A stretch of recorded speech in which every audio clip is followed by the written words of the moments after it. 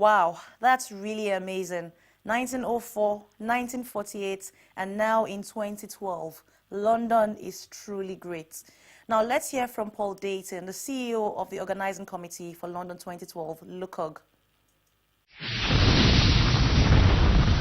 We're here today in the presence of Mr. Paul Dayton, the Chief Executive of the LOCOG 2012 Olympics in London. Thanks for having us. Delighted to be here. Thank you for coming.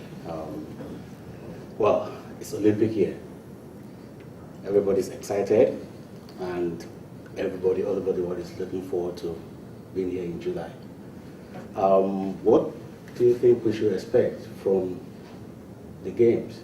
The great thing about the Olympic Games and Paralympic Games in London is that I've always thought of the Olympic Games as the most fantastic sporting event that the world has, and I humbly think of London as the most fantastic international city there is in the world. So when you put the greatest international event together with such a great international city, the combination is unstoppable. So in the summer of 2012, we're expecting just wonderful sport.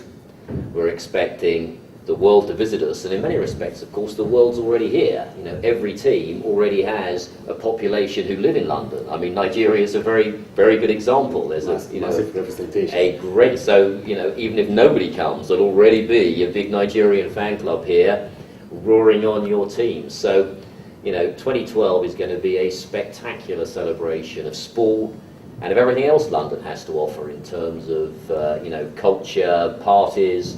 It'll be a summer that no one will forget. That's nice.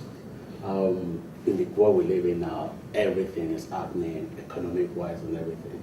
Is it safe to say at the end of this Olympic, we'll see an economic boom? We're certainly hoping that both the economic boost provided by the Games, which here has already been significant through a massive regeneration programme in the east of London, where the venues have been built. We've spent over £5 billion in the domestic economy, which has created many jobs around the country. And it was at Games time, again, there'll be another boost through the hospitality industry, through all the visitors, which again, we hope can turn the tide and be part of an economic recovery. So yes, and when you add to that, I think, the psychological feel-good factor, which should come with a successful Games, I think there's some hope that the economic recovery can kickstart that. Yeah, can come together. Exactly. The Games can be kickstarted or be a catalyst for that recovery. For the process. That's nice. Finally, what legacy are you looking to leave behind? I think there are a number of legacies we aim to leave behind. I mean, firstly, given the amount of money, time and resources that's put into staging an event like this, there has to be more to it than simply one summer of celebration.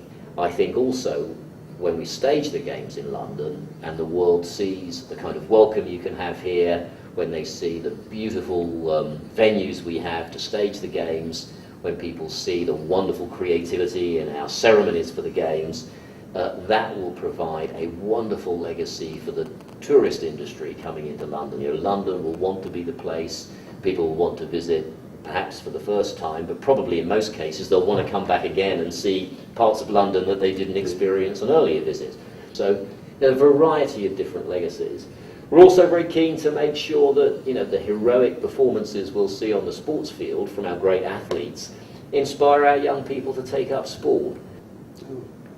Thank you very much for your time. My pleasure. Very nice to meet you. Yep, and we'll be looking forward to the Games